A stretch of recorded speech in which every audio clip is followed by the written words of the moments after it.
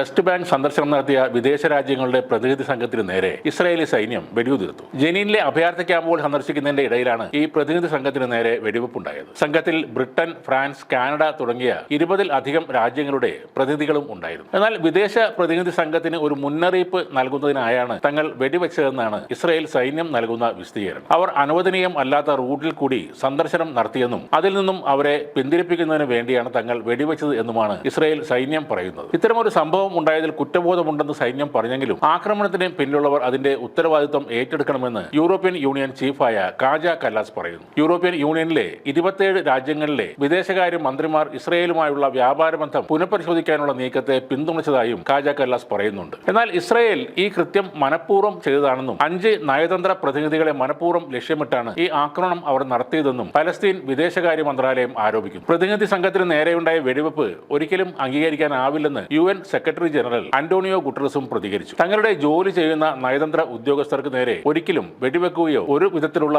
ആക്രമണം നടത്തുകയോ ചെയ്യരുതെന്നും UN വക്താവായ Stephen ഡുജാറിക്കും പറയുന്നു. ആക്രമണത്തിന്റെ പശ്ചാത്തലത്തിൽ ഇസ്രായേൽ അംബാസഡറെ വിളിച്ചു വരുത്തുമെന്ന് ഇറ്റലിയും ഫ്രാൻസും അറിയിച്ചിട്ടുണ്ട്. ഇസ്രായേൽ വ്യക്തമായ വിശദീകരണം നൽകണമെന്ന് ബെൽജിയവും ആക്രമണത്തെ ശക്തമായി അപലപിക്കുന്നതായി സ്പെയിനും പറഞ്ഞു. എന്നാൽ പ്രതിനിധി സംഘത്തിൽ ഇന്ത്യൻ നയതന്ത്രജ്ഞർ ആരും ഉണ്ടായിരുന്നില്ല എന്ന് ഒരു ഇന്ത്യൻ ഉദ്യോഗസ്ഥൻ വാർത്താ ഏജൻസിയായ PTIയോട് പറഞ്ഞിട്ടുണ്ട്. അതേസമയം ഗാസയിലേക്കുള്ള സഹായങ്ങൾ വർദ്ധിപ്പിക്കാൻ ഇസ്രായേലിനുമേൽ ലോകരാജ്യങ്ങൾ സമ്മർദ്ദം ചെലുത്തുന്ന സാഹചര്യത്തിലാണ് ഇത്തരമൊരു ആക്രമണം ഉണ്ടായിരിക്കുന്നത്. ഗാസയിലെ ഇസ്രായേൽ ആക്രമണത്തെ അപലപിച്ച് ലോകരാജ്യങ്ങളായ കാനഡ, ബ്രിട്ടൻ, ഫ്രാൻസ് തുടങ്ങിയ രാജ്യങ്ങൾ കഴിഞ്ഞ ദിവസം ഒരു സംയുക്ത പ്രസ്താവനയും പുറത്തിറക്കിയിരുന്നു. ഗാസയിലെ സൈനിക നടപടി അവസാനിപ്പിച്ച് മുൻപിലേക്ക് കൂടുതൽ സഹായങ്ങൾ അനുവദിച്ചില്ലെങ്കിൽ ഇസ്രായേലിന് കടുത്ത നടപടി നേരിടേണ്ടി വരുമെന്ന് ബ്രിട്ടൻ, കാനഡ, ഫ്രാൻസ് എന്നീ രാജ്യങ്ങൾ ഒരു സംയുക്ത പ്രസ്താവനയിലൂടെ അറിയിച്ചിരുന്നു. ചിരകാല സുഹൃത്തായ അമേരിക്ക അടക്കം ഇപ്പോൾ യുദ്ധം നിർത്താൻ ഇസ്രായേലിനോട് ശക്തമായി ആവശ്യപ്പെടുകയാണ്. ഒട്ടേറെ ലോകരാജ്യങ്ങളും ഇതേ ആവശ്യം ഉന്നയിച്ചിട്ടുണ്ട്. ഈ ഒരു അവസരത്തിലാണ് ആ രാജ്യങ്ങളുടെ പ്രതിനിധികൾ അടങ്ങുന്ന സംഘത്തിന് നേരെ യാതൊരു കാരണവുമില്ലാതെ ഇസ്രായേൽ സൈന്യം ഇപ്പോൾ